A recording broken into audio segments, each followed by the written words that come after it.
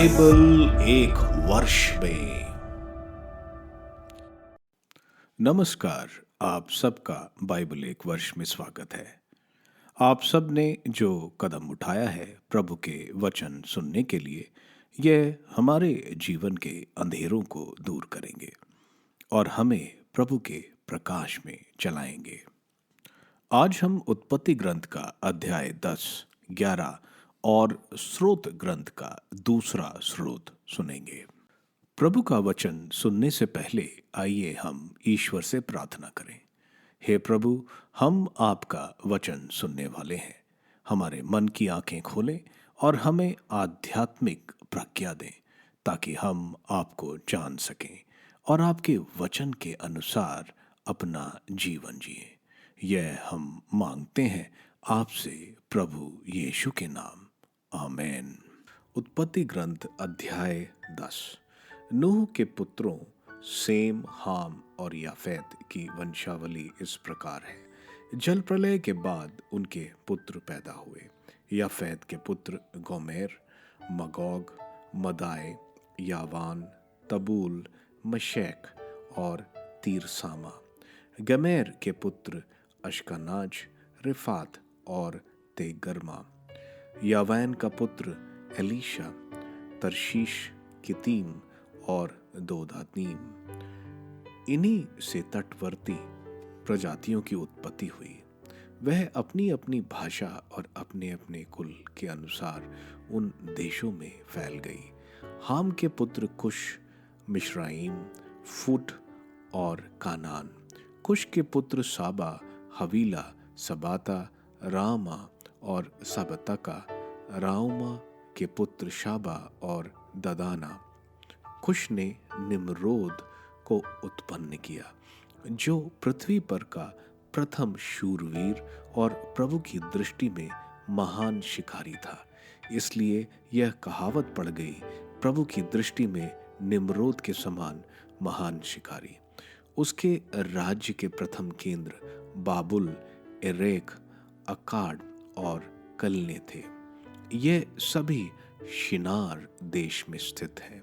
वह उस देश से असूर गया जहां उसने निनवे, रहोबेत, ईर और कलाह नामक नगर बसाए। उसने रेसेन को भी बसाया जो निनवे और कलाह के बीच में है। यह एक बड़ा नगर है। लूदी, अनामी, लहाबी, नफ्तुही, पत्रोसी, कसलूही, जिनसे फिलिस्तीनी वंश निकला, और कफ्तोरी, इन सब जातियों का मूल पुरुष मिस्राइम था। सिदोन कानान का पहला पुत्र था। फिर हैत पैदा हुआ। यबूसी, अमोरी, गिरगाशी, हिबी, अर्की, सीनी, अरवादी, समारी और हमाती जातियों का मूल पुरुष कानान था। बाद में कनानियों के कुल दूर दूर तक फैल गए।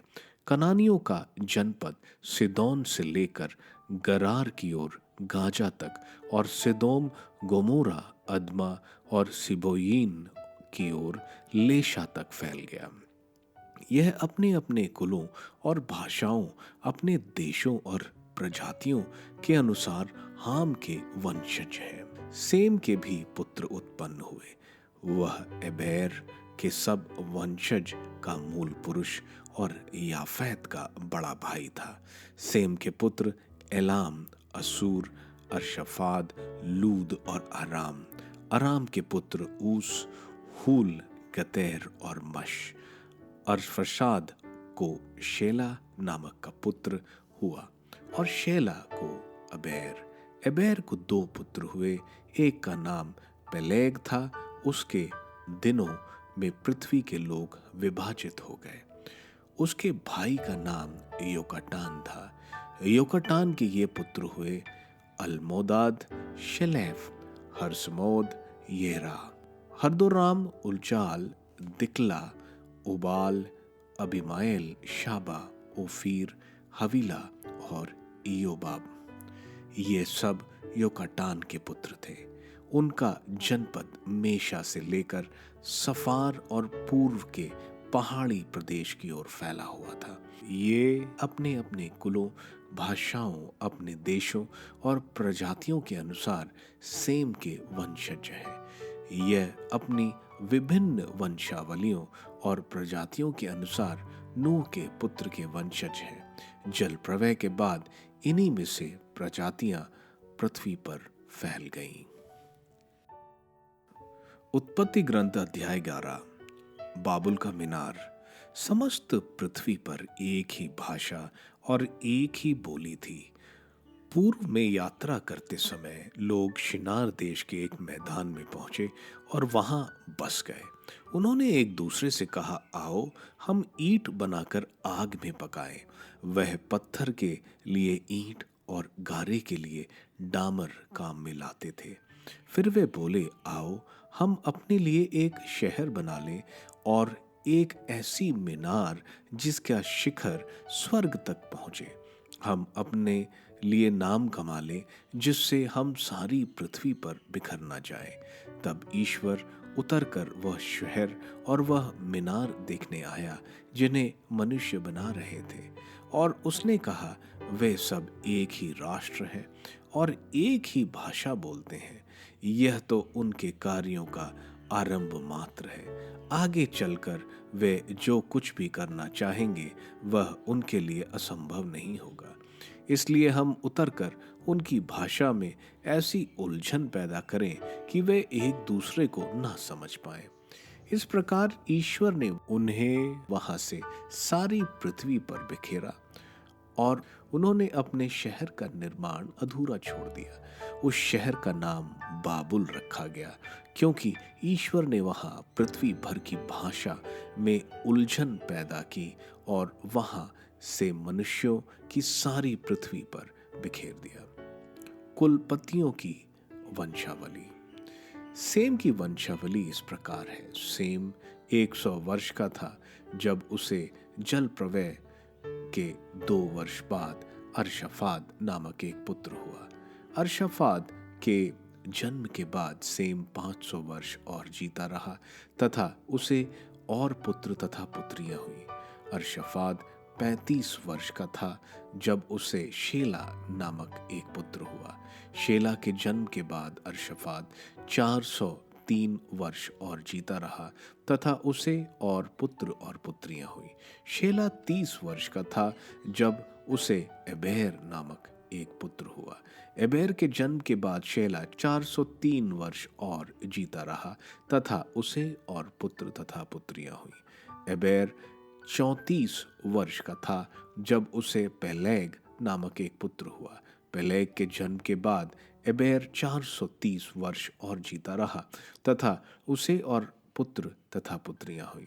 पेलेग 30 वर्ष का था जब उसे राऊ नामक एक पुत्र हुआ। राऊ के जन्म के बाद पेलेग 209 वर्ष और जीता रहा तथा उसे और पुत्र तथा पुत्रियां हुई।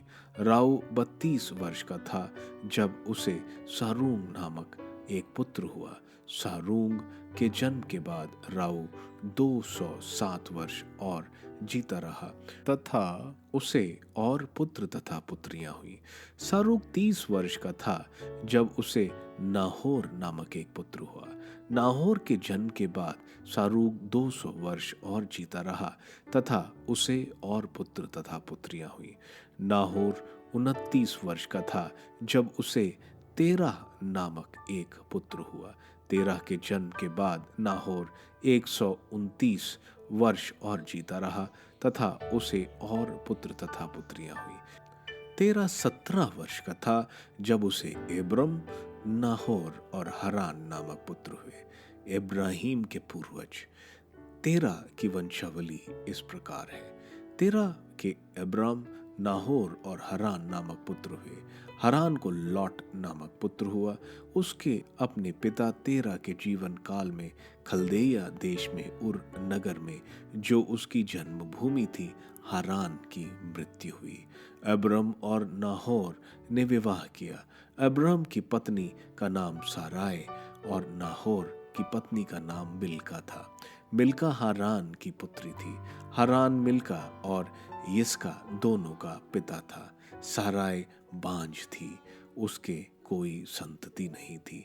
तेरह अपने पुत्र अब्राम, हारान के पुत्र अपने पौत्र लॉट और अपनी बहू साराएँ को, जो उसके पुत्र आब्रम की पत्नी थी, सबको साथ लेकर खलदैया देश का उर नगर छोड़कर कानान देश के लिए रवाना हुआ। किंतु हारान पहुंचकर वे वहीं रहने लगे। तेरह 205 वर्ष का था जब हारान में उसकी मृत्यु हुई। स्तोत्र ग्रंथ स्तोत्र 2। मसीह का राज्याभिषेक। राष्ट्रों में खलबली क्यों मची हुई है? देश देश के लोग व्यर्थ की बातें क्यों करते हैं?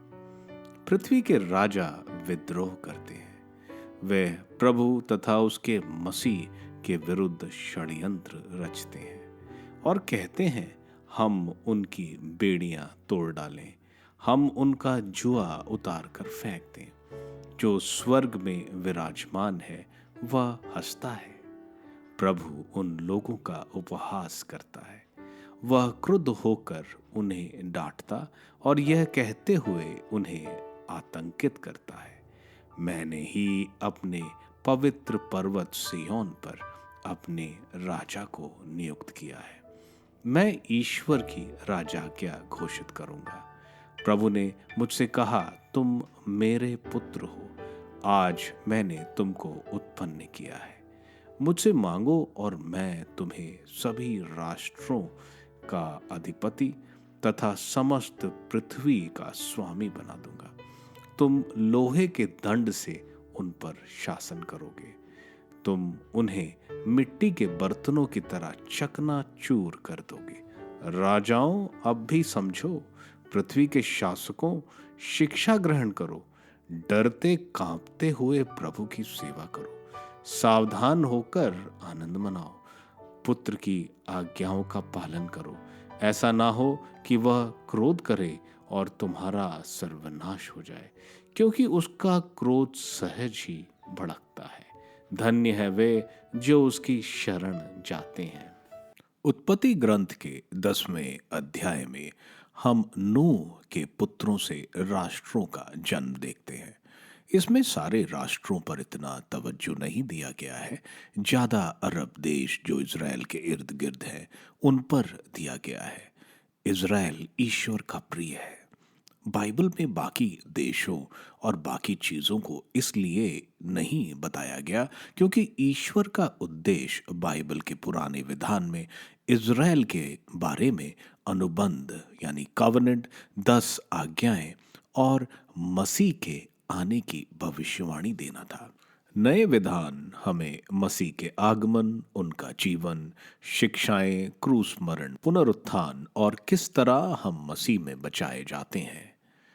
बाइबल में ईश्वर का मुख्य उद्देश्य किस तरह हम मसीह में बचाए जाएंगे उसको बताना है।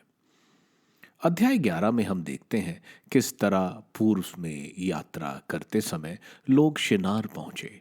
यहाँ लोगों ने ईश्वर की आज्ञा के विरुद्ध एक मीनार बनाई। उनका मूल उद्देश्य अपने लिए नाम बनाना और दूसरा कि वह पृथ्वी पर बिखेरे ना जाए। दोनों बातें ईश्वर की आज्ञा के खिलाफ थी। पहला अपना नाम बनाना अहंकार को दिखाता है और दूसरा ईश्वर ने उन्हें आज्ञा दी थी कि वे पृथ्वी पर बिखर जाए और फले फूले, लेकिन इसके विरुद्ध वे ईश्वर की आज्ञा नहीं मानना चाहते। ईश्वर ने उनकी भाषा में भ्रम पैदा किया कि वे एक दूसरे को समझ नहीं पाए और पृथ्वी पर बिखेर दिए गए। इसके बाद हम शेम की वंशावली को विस्तार से देखते हैं जिससे इज़राइल और मसीह आने वाले हैं। खासकर इस अध्याय में अब्राहम के पूर्वजों को देखते हैं जो खलदैया देश के उर नगर के निवासी थे। टेरा के पुत्र अब्रम, नाहोर और हारान। हारान की अकस्मात मृत्यु हो जाती है और उसका पुत्र लॉट था। अब्रम का विवाह साराह से हुआ जो कि बांझ थी। स्रोत ग्रंथ के स्रोत 2 जो कि हमने सुना उसको हम मसीह के संबंध का स्रोत जो मसीह के राज्याभिषेक के बारे में बताता है। प्रेरित चरित्र के अध्याय 4 वचन 25 हमें बताता है कि यह स्रोत प्रभु ईसा मसीह का है। इसमें हम देखते हैं राष्ट्रों के बीच में खलबली मची हुई है जो प्रभु के मसीह के विरुद्ध षड्यंत्र रचा रहे हैं। ये राष्ट्र कौन है? ये वे लोग हैं जो प्रभु के रास्ते नहीं, यानी बुराई के रास्ते चलते हैं। ईश्वर इनको देखकर हंसते हैं और कहते हैं कि मैंने मसीह को राजा नियुक्त किया है। स्रोत 1 वचन 7 बहुत महत्वपूर्ण है। इसमें ईश्वर बोलते हैं, आज मैंने तुमको उत्पन्न किया है। इसका मतलब इससे पहले मसीह परमेश्वर में ही थे। यह हम देखते हैं संत योहन के सुसमाचार में अध्याय 1 वचन 1 और वचन 14 में। ईश्वर राष्ट्रों यानी उन लोगों को जो ईश्वर के रास्ते पर नहीं चल रहे हैं, कह रहे हैं कि डरते कांपते ईश्वर के पुत्र की आज्ञाओं का पालन करो, ऐसा ना करने पर सर्वनाश हो जाएगा। यह बात हमने जल प्रलय में देखा। आप सबको धन्यवाद ईश्वर के वचन सुनने के लिए। मैं आपसे विनती करता हूं कि आप बाइबल एक वर्ष में को दूसरों के साथ शेयर करें, क्योंकि प्रभु का वचन स्वयं प्रभु यीशु है। प्रभु को दूसरों को देने वालों को प्रभु की आशीष जरूर मिलेगी। मैं आप सबका बड़ी बेसब्री से कल इंतजार करूंगा। धन्यवाद।